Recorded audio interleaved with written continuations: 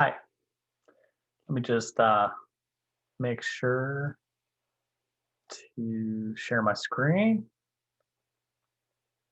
Okay,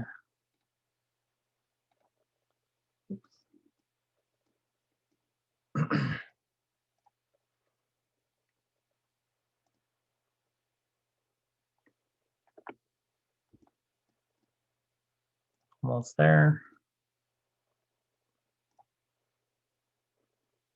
All right, finally there. Okay. So my name is Michael Navarro. I'm a professor here at the University of Alaska Southeast, and today it's my privilege to tell you about or to talk to you today about decolonizing the ocean sciences. Before I get started, I just want to mention that or just say that this is dedicated to honor those that have given me this opportunity, as well as to honor those that are going to come after I'm long gone. All right. So to get started, I'm going to go ahead and give you an introduction to myself. Me llamo Michael Navarro. Soy chicano y irlandés y inglés. Fui nacido y criado de Playa Largas, Califas. Mi madre es chicana, nacido en el Parque Huntington y criado en Compton, California. Hoy ella vive en Tennessee. No conozco a mi padre biológico. Era irlandés y inglés. Dejó a mi familia cuando era un bebé. Pero mi abuelo me crió y me dio amor en su lugar. Mi abuelo fue chicano, nacido en Arizona y criando en Islas Califas. Murió en 2002, pero todavía ah, hablo con todos los días como costumbre de mi gente. Mi mamá y mi abuelo son mi cascada exterior y no estaría aquí sin ellos. My name is Michael Navarro. I'm Mexican, Irish, and English. I was born and raised in Long Beach, California, and my mom's Mexican American, born in Huntington Park and raised in Compton, California. Today she lives in Tennessee. I don't know my biological father, except that he's English and Irish. He left my family when I was a baby. But my grandfather raised me and gave me love in his place. My grandfather is Mexican American, born in Arizona and raised in Los Angeles, California. He died in 2002, but I still talk to him every day as a custom of my people. My mom and my grandfather are my outer shell. I would not be here without them. Hoy soy un científico que estudia los efectos de cambio climático uh, en la pesca y soy profesor en ciencias en la Universidad Sureste de Alaska.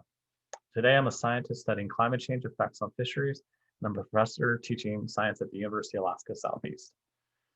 Ya que 2016 he sido privilegiado, yo vivo en las tierras tradicionales de Aquan, Conochish, Harlangan y Oksut Naciones Tlingit Haida Simpson por su administración de las tierras en el sureste de Alaska. Ha sido un privilegio para mi beber en el agua más limpia y ver las tierras más vírgenes de mi vida aquí.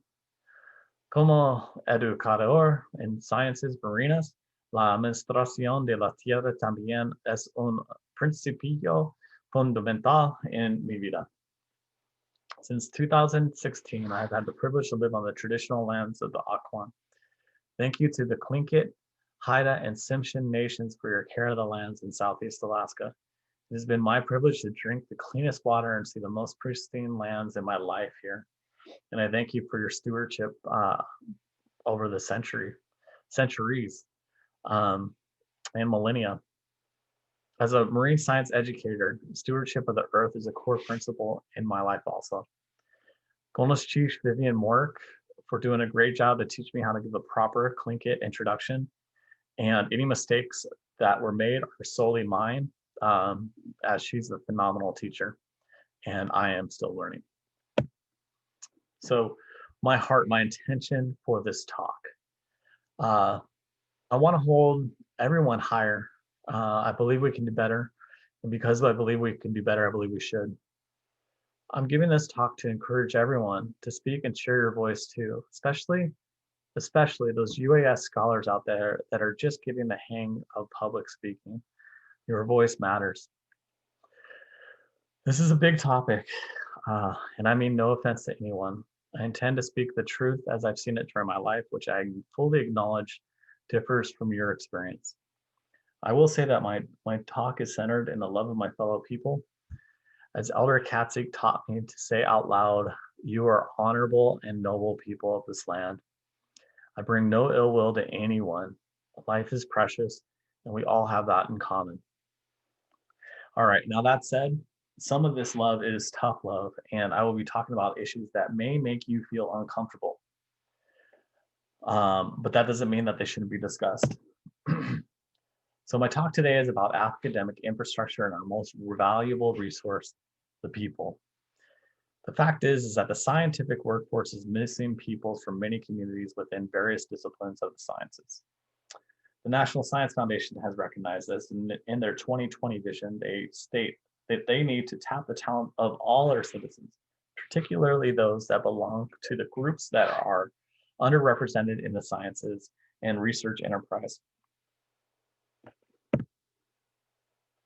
The National Academy of Sciences and their expanding underrepresented minority participation state that the US labor market is projected to grow faster in science and engineering than in any other sector in coming years, making minority participation in STEM education at all levels a national priority.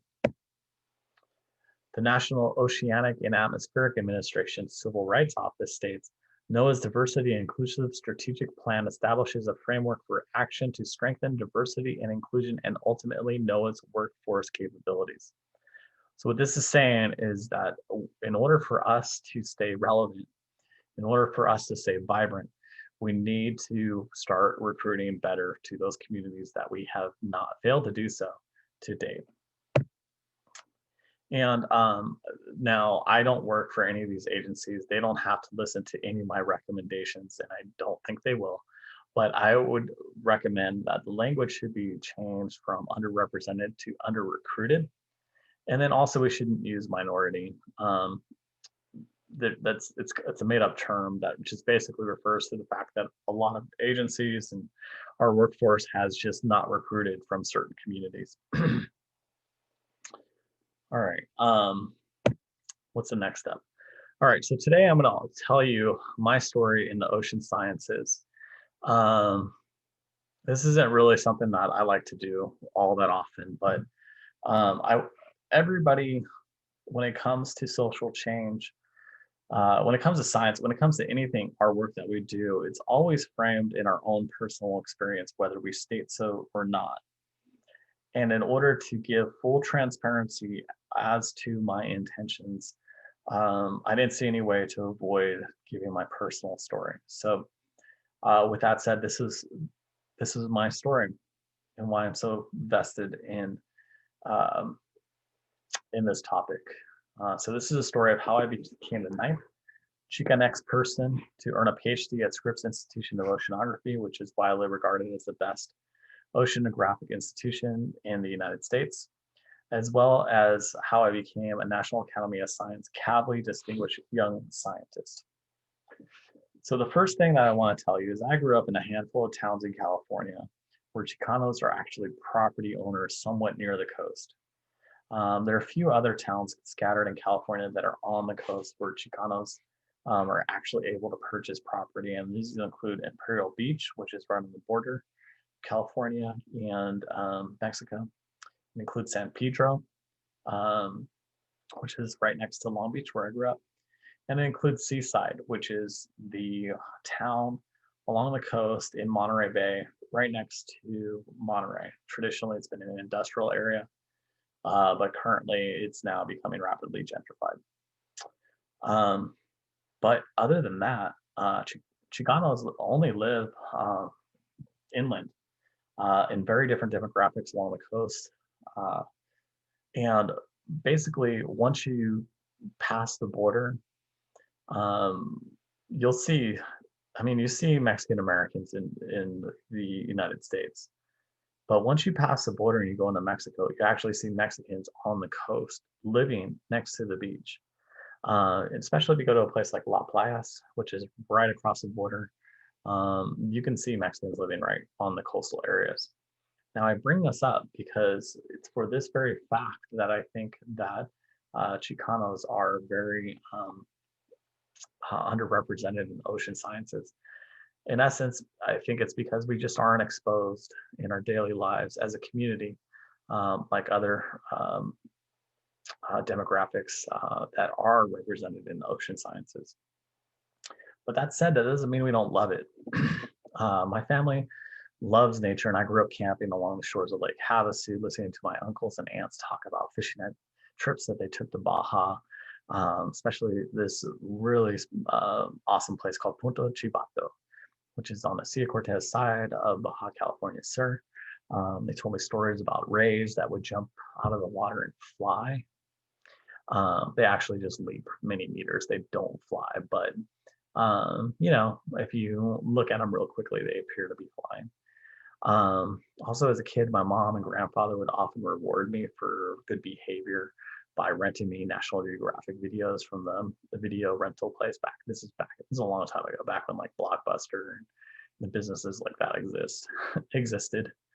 Um, Mostly, my point is that my family was Chicano, or is Chicano, and we love wildlife. It's something that's ingrained in our our person.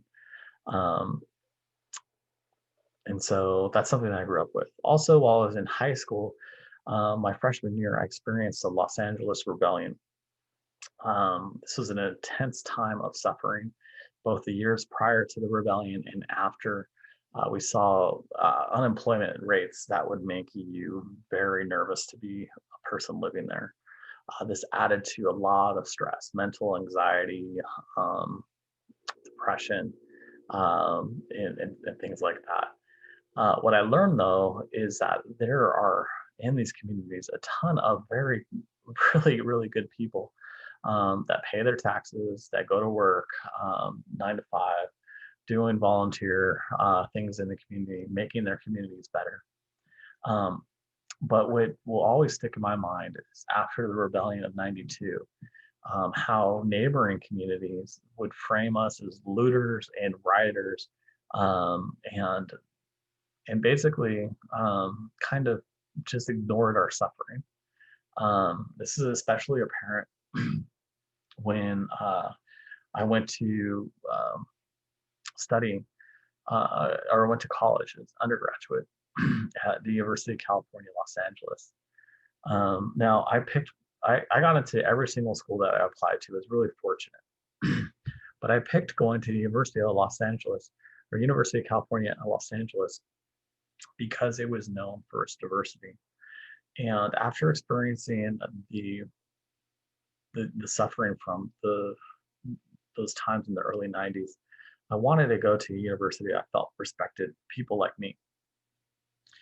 And when I went there, I was sorely disappointed. Um, I found that people could justify letting other Americans suffer, no problem.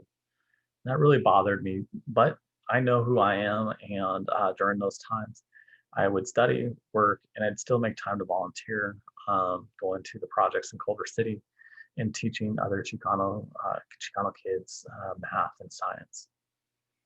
And that right there, that experience right there, kind of was my introduction to academia.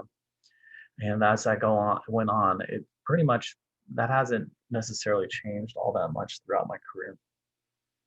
While I was an undergrad, though, I mean, I went there because I was excited about exploring. I was excited about ocean sciences. I was excited about learning new things. And, I taught myself how to surf, first person in my family that I know that surfs.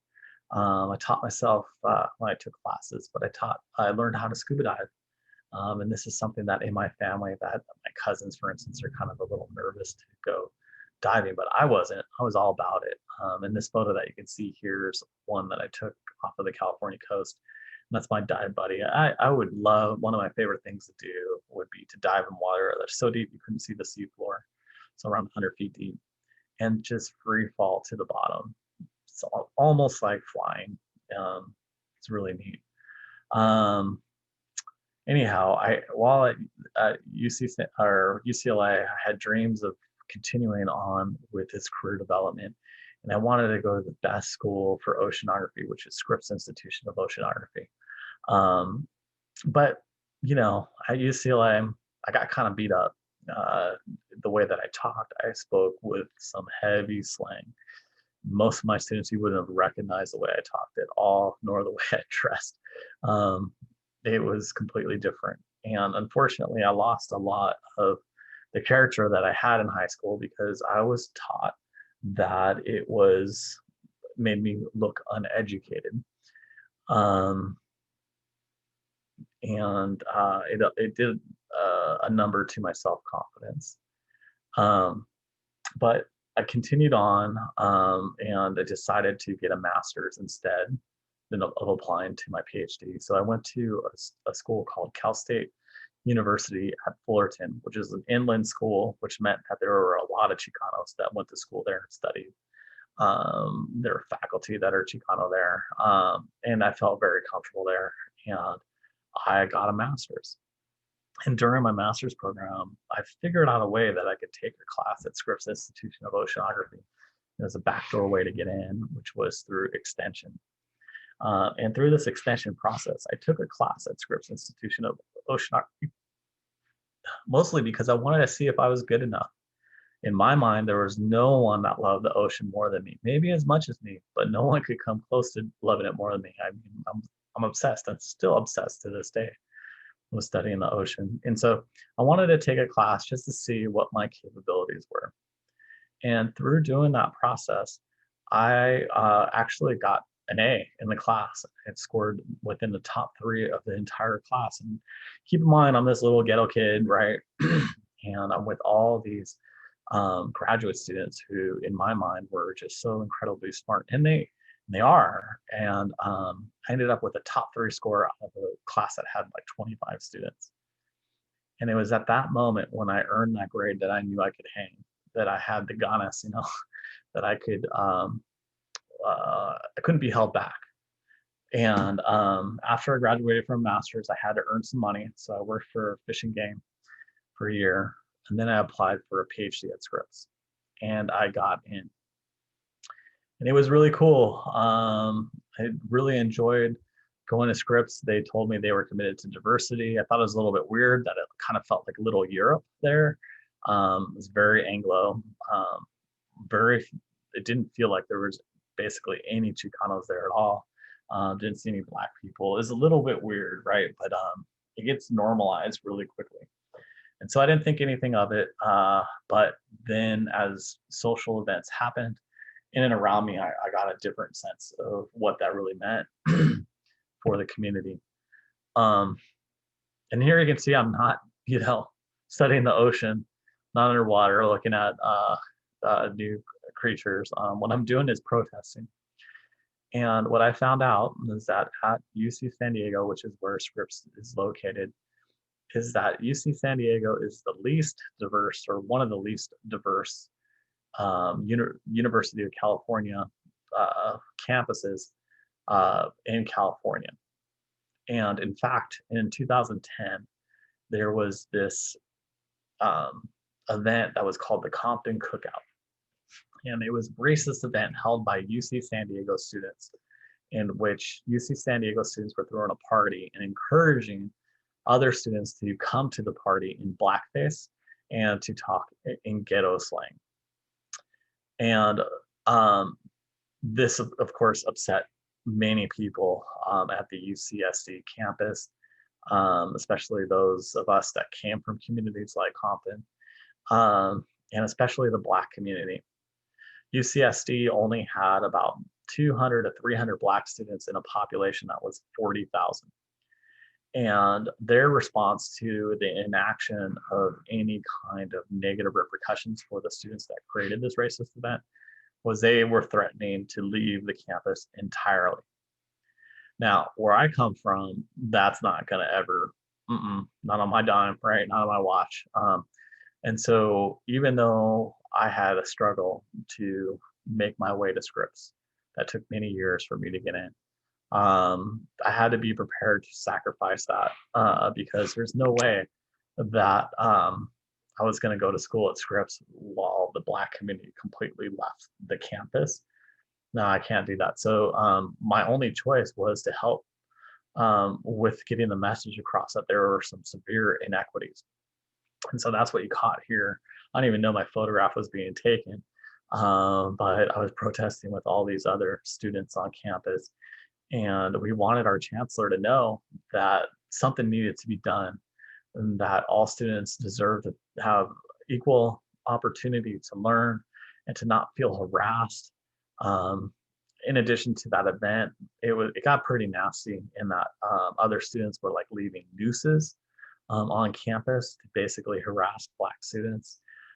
So it wasn't like people were getting beat up, but intellectually they were being harassed. And and what was interesting about this experience is that I would go to these protests that were on a different area of campus, and then I'd go back to my graduate school at Scripps Institution of Oceanography. And at the graduate school, there were no protests. It was silent, absolutely silent, because none of this affected that community. There were virtually no Black students or professors at Scripps, and the Scripps community felt, my impression was, felt like it didn't deal with them at all. Well, being a graduate student, I organized with other students that also came from similar communities as me. And we talked to the director and we said we need to do something. We have insulted a community of Compton. We are about to lose the majority of our Black student population. We need to do something. And working with the professor, I was able to reach out to the Compton High School community and students that were upset by this news and the denigration of their community. And we were able to organize an event where the director of Scripps went to Compton High School. And at Compton High School, we were able to negotiate. The NAACP was there as well. And our director made resources available to create a new educational program to increase communications between communities that have not been in communication with one another at all. And it was called the Focus on the Future program. And through that program, 100 students from Compton over 5 years went to UCSD. And the idea there was that these students would have access to resources that traditionally they did not have access to. And in addition, UC San Diego would better understand members of the community that they represented from Compton. Okay. And, as far as being a scientist, when you come from communities like I come from, we have extra jobs. In other words, we're supposed to, at least traditionally, build infrastructure for the universities that we go to, all while doing the same job that everyone else does. In other words, we always have two jobs. And so this was my second job, was building infrastructure. And what you can see here in this picture is the first time in Scripps history, it's been there since 1904, where we took a research vessel and had it crewed by a high school group. And what makes me proud, and this is probably the finest moment that I had at Scripps Institution of Oceanography, is I was the chief scientist. And all those that you see in this photo were my crew for that particular expedition. It was a day expedition. And it was amazing. So how could something like this happen? Now, Scripps is located right here, and this is San Diego. And basically, the way that it works is that there's these legacy policies where the landowners near the coast are predominantly white. And the lands that were traditionally thought of as less valuable were offered to everyone else. And in the everyone else included Chicano peoples. And so most Chicano people in the San Diego County area live in South San Diego County, so down in this area, and virtually none live on the coast. Now, there's one exception in Imperial Beach where you'll have a high um, count of Chicano property owners. Now, the net effect on this is that at Scripps Institution of Oceanography, um, that there just aren't a terrible amount of Chicano people that are there. So, we would have reach out activities. We go to Chicano Park. We go to um, Hillcrest, which is an area out here that has a high diversity in the county. And we do all these things to try to recruit from communities that hadn't been recruited for traditionally. And the major effort here was with students. So the students are doing the dirty work of the university, or what the university normally wouldn't do. It was all on our backs, but we do it, and we recruit. And we did it because those are the communities that we love, because they're people like us, right? And for me, I love the ocean, and I want my people to have the same opportunities that I had. And so that's why I did it. But the reason that I give this message is because this is my background as far as it comes to equity, diversity, and inclusion at the university. And what I learned especially with ocean sciences, is that ocean scientists have a blind spot towards legacy land and labor policies that have completely biased science demographics. They do. That's just it. They don't think about the communities where they live having an impact on the students that they see in their classes. Those dots haven't been connected. And so that's why I'm presenting today, is that I'm trying to connect some dots for everyone, so that we can all be more on the same page. The second point I want to make is that ocean scientists largely see themselves as separate from social constructs, meaning, hey, I understand there's all these things going on inside society, but I'm just collecting data. I'm just analyzing data. I'm doing climate change study. I'm trying to help people. Those social issues, they aren't me. Yet, we know that scientists are members in our communities just like everyone else. We go to the same grocery stores that everyone goes to. We buy, we get haircuts at the same places. We are functioning members of society. And so what's lost on scientists is that inaction is actually a strong political statement.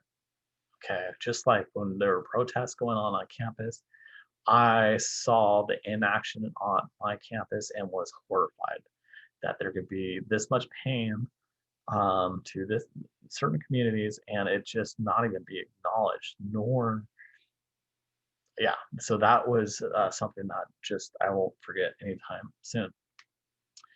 The next point I want to make that I learned through my training processes in academia is that the message of diversity is still not penetrating science like it should. That is, diversity is a key component of excellence. It is not separate from excellence. You cannot have excellence without diversity. And the idea that having diversity waters down the rigor of science is just untrue.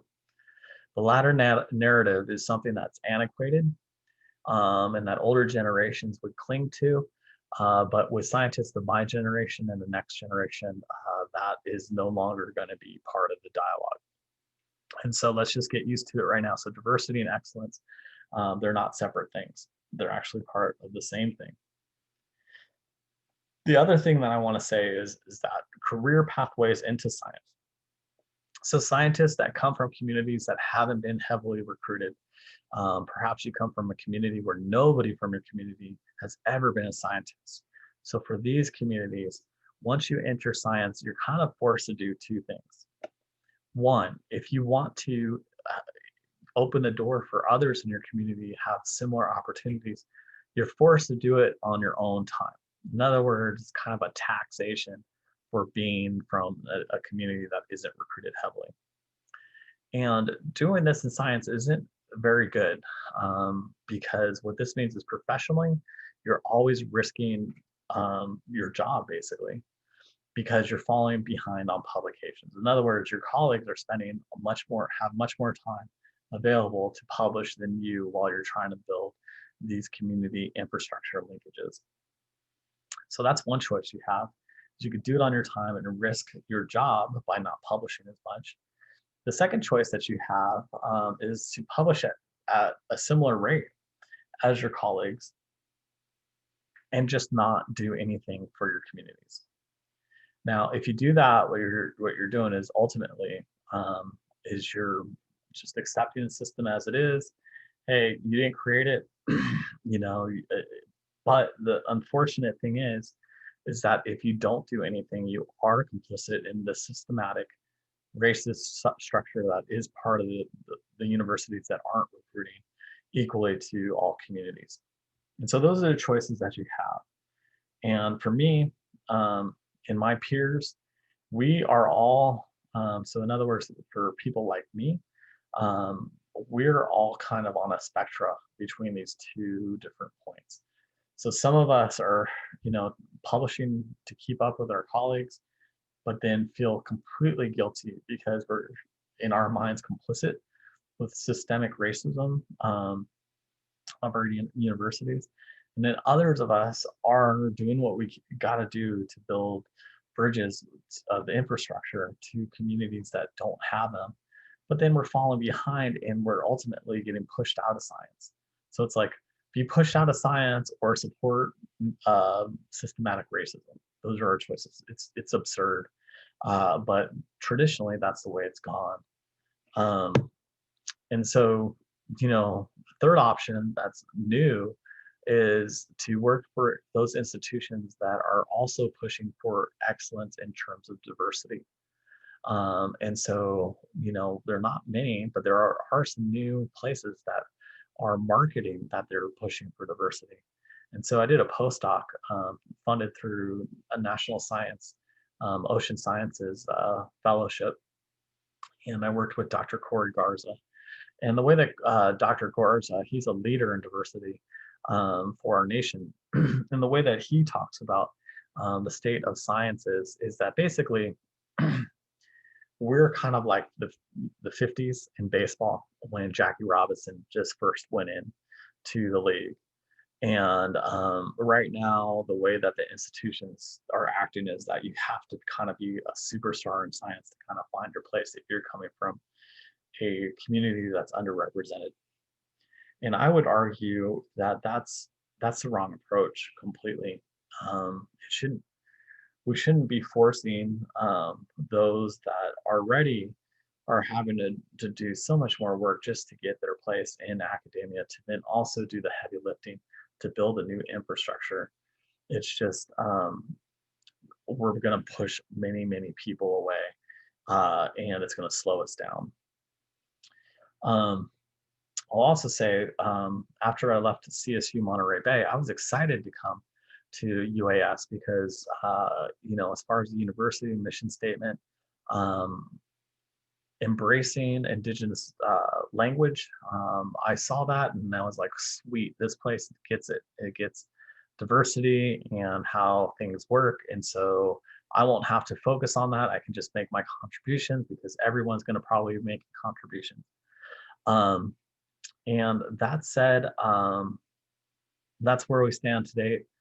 And after 4.5+ years of just listening here, actively listening, and considering equity, diversity, inclusion, power and privilege here, I can say that we are well positioned to improve. We are well positioned to make serious commitments to equity, diversity, and inclusion. But there's some work to do. The first thing that I think that we need to do here at the University of Alaska Southeast is to do a better job in the natural sciences of embracing decolonization. And so, this means that we need to get out of the mind frame that these things take time and start moving towards what are some specific action items that we can take to help move the needle forward. And the reason I say that we shouldn't get stuck in this thought process that these things take time is think about the community of reference when you say something like that. When you say these things take time, there are communities that don't have access to the university. And so by saying that, it's denying uh, their ability to have an equal opportunity here. And so I think we need to move away from that kind of thought process and start thinking about, okay, what are some things that we can do collectively with the limited resources we have, with the limited time we have, that can help to either bring in more time so that we can adequately address issues, or more money so that we can adequately address issues. What are some steps that we can take to make this about action items?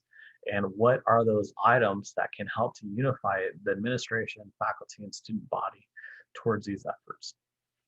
Because again, this is about excellence, excellence as a university. And in order to be excellent, we need to do a good job at being diverse. And so when we think about decolonizing the ocean sciences, first we need to think about that decolonization is a good word. And in my opinion, it goes hand in hand with science. Western science seeks to identify truth in nature through the hypothetical deductive reasoning. In other words, we're always trying to negate um, hypotheses. And if we can't negate them, then we ultimately will kind of say that that's evidence to um, that we can't negate. And so we'll hold that idea as truth until we can find evidence that can negate it. And if we can't find any evidence to negate that idea or that hypothesis, then we, for that time period, will say it's a decent hypothesis. And so basically, we're pretty negative. But the idea here is that we want to know about the truth, and we are ruthless in our pursuit of the truth.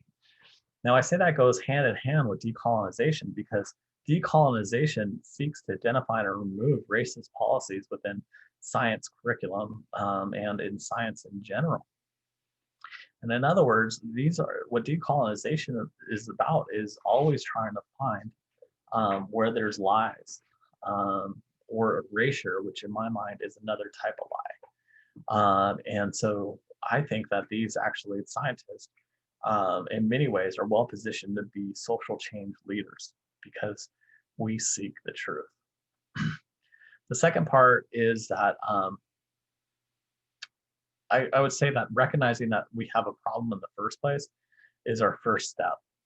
And one really positive note at UAS in the natural sciences department is that many of my colleagues are on board and are just looking for ways in which, I should say, reasonable ways in which we can help. Meaning that we are incredibly, we have a lot that's on our workloads. And so we want to help, but it's very difficult when you are given, a job and a half and then are asked to build basically new wings of the university. Okay. In other words, the people that built the university, that was all they were doing when they were building it.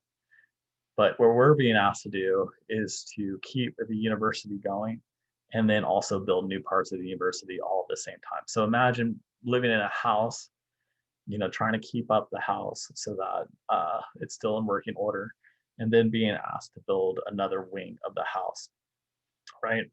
You can do it, but it's difficult. And so, but I will say that the first step, I think we have a lot of support in the natural sciences. And I say that because of a contribution to this call to action that was recently signed by many of our faculty. And it's titled Systemic Racism in Higher Education. And these are the lead authors, but what I'd like to point out to you are two things. One, that there were over 10,000 signatories on this call to action, and that it was published in our highest ranking journal in the nation. And of these signatories, there are about 20 that were Alaskan, and with our population, that's about the right ratio, believe it or not. But of the signatories, 11 were from right here, UAS, man. And that's like so cool. It makes me feel really good because like this is, and I'm going to show you the what this call to action said. And there aren't very many punches that weren't that were pulled. This was, I think, a pretty hard-hitting piece that was delivered to Science, and it had 6 points.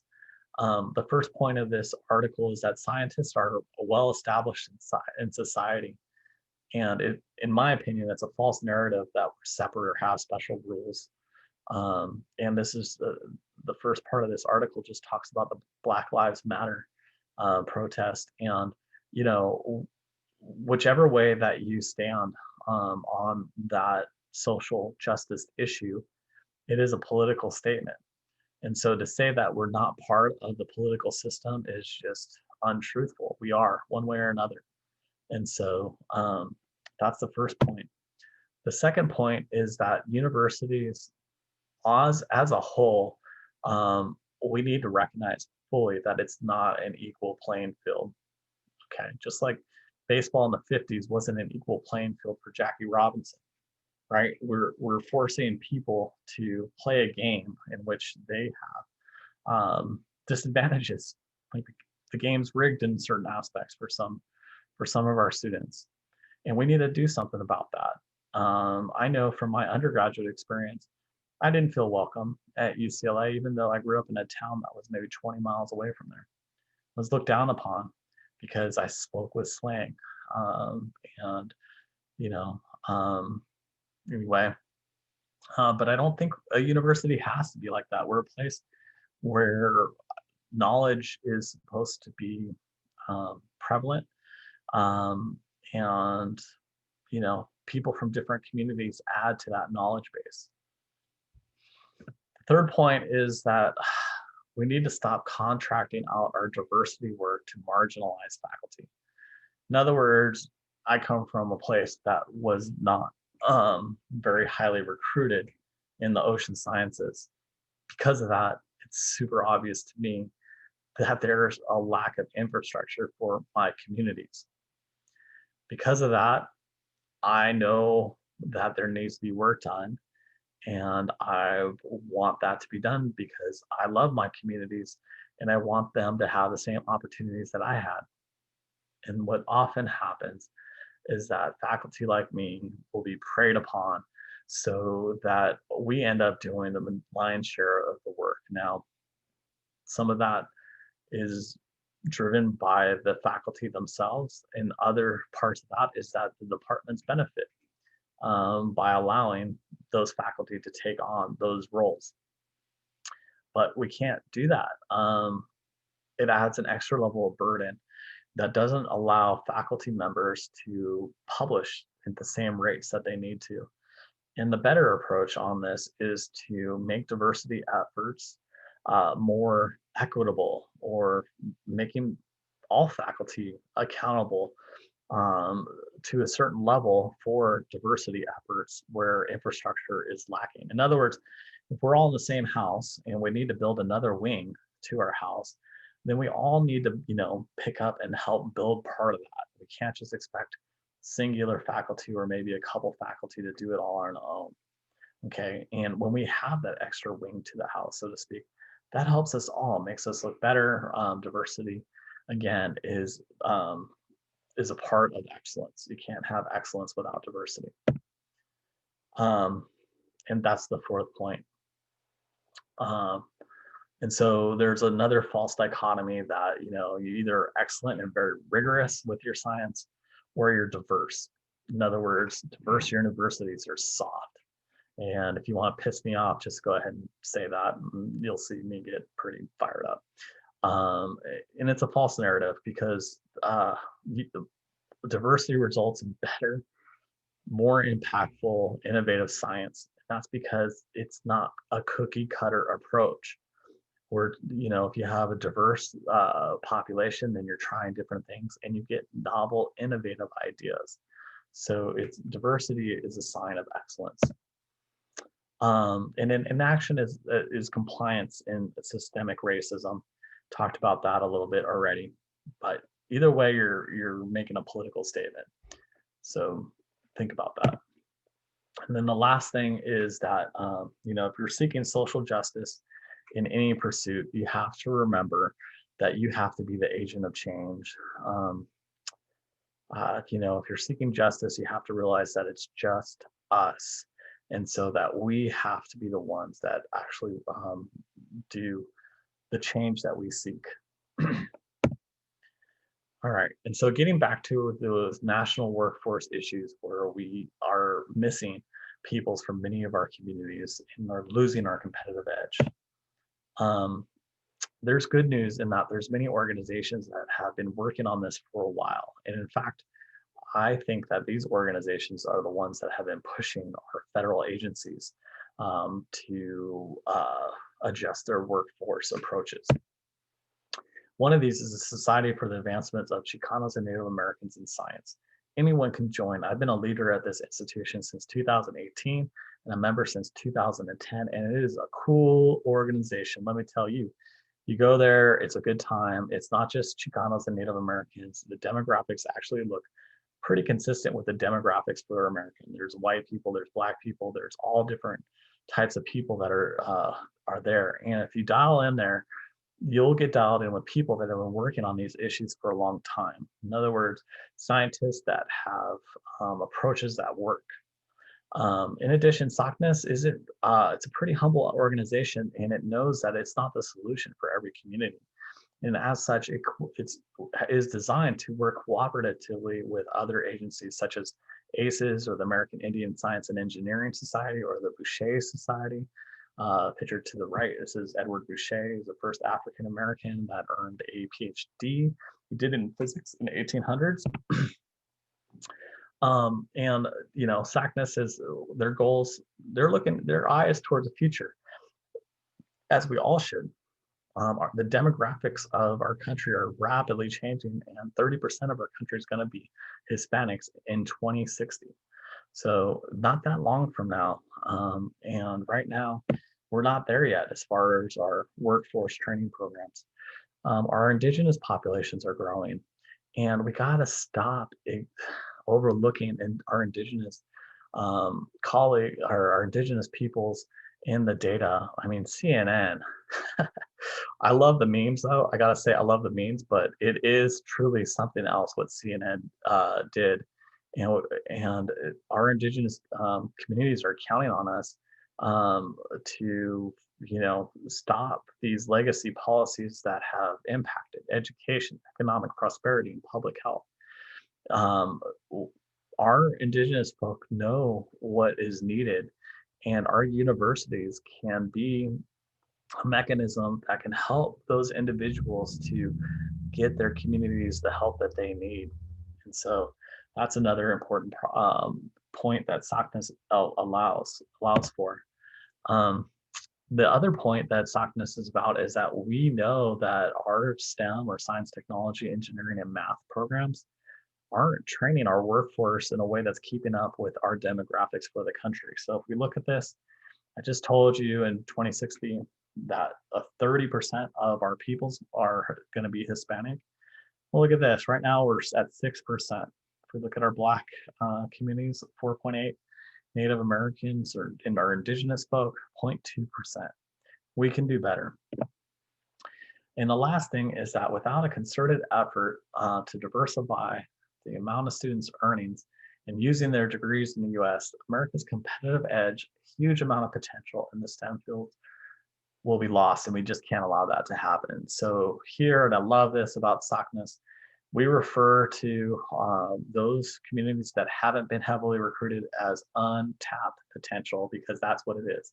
It's untapped potential, and by spinning up these communities and getting them plugged into the process of or into education with equal opportunity to gain expertise in their chosen professions, we can do a lot more. And so let's unlock this untapped potential.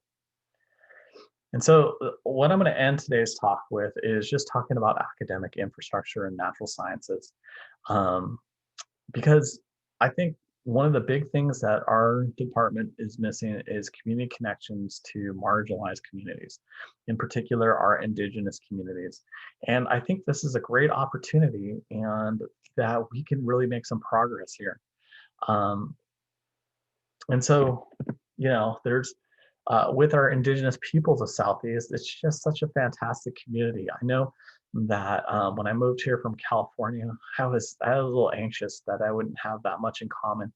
And I gotta say, I'm so thankful to my Indigenous colleagues that have made me feel at home here, um, living on the traditional lands of the Akwán. Um, it's been phenomenal. Being able to enjoy this wilderness that was carefully stewarded by the Tlingit here is just amazing. Tasting the water, man, when I fly out and I come back here, it's just like I look forward to it because the water tastes so good here. Or I should say, it tastes so horrible in the lower 48. Anyway, my main point here is that there's opportunities where we can attend and participate in Indigenous gatherings. One of my highlights being at UAS was working with Pliak Yak, or the One Canoe Gathering, and that was just phenomenal. I learned incredible things. I feel grounded to the community. I feel grounded to the land here through the wisdom that I heard. And so I just think it's just one way forward that we can go with is just through the co-production of knowledge with our Indigenous communities. And this can be done by attending Indigenous gatherings, requesting to speak at these gatherings, and letting people know who we are and what we're about. And then last, our colleagues on campus, especially Lance, I have to say a huge gunalchish to Lance for just telling us that aren't familiar with Linkit about how much knowledge is embedded in the language, and in particular, how much knowledge is relevant to science. Now, if you are new to Linkit, like I am, you'll look at, even in looking at the beginning guides to Linkit, reading them online, looking at the calendar, you can see how in touch with the nature of Southeast Alaska that the Tlingit are. And there's just so much information that's there. And there's just so much opportunity for our students to learn about that knowledge base here uh, in a side-by-side manner with Western science approaches. And so that said, here are some specific things that I think could help. Administration, we need investment, words of encouragement. Unfortunately, they don't build infrastructure. And so incentives are, I think, the way to go. Specifically, professors, there should be a method to incentivize good work done with diversity, just like any other product of excellence. And for students, their work with diversity and trying to build infrastructure on campus should be incentivized through scholarships. So, those are two ideas that I think looking for ways to incentivize both your faculty and the students here, I think could help to decolonize a lot of our curriculum more rapidly. But in short, just more space is needed in terms of our faculty workload. Like, for instance, incentivize professors that are interested in learning Linkit, or more about or working with the community, having time to be working with communities and things of that nature. As far as faculty, we urgently need an Indigenous voice in the natural sciences department. Our growth as a department is completely stunted without Indigenous voices. Just as none of us are, we need Indigenous voices.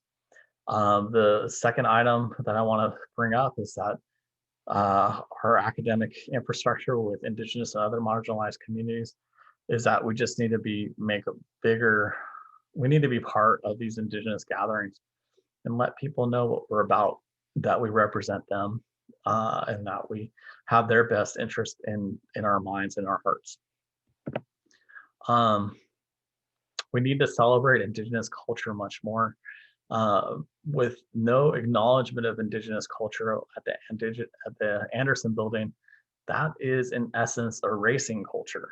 And so we need to make sure that we don't do that. We need to elevate Indigenous knowledge systems. One way that we can do this is by inviting elders to talk during our courses.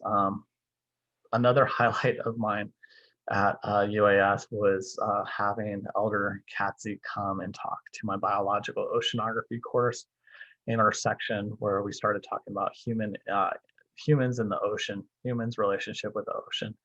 And he gave a phenomenal talk. He brought his drum and was in the Anderson building.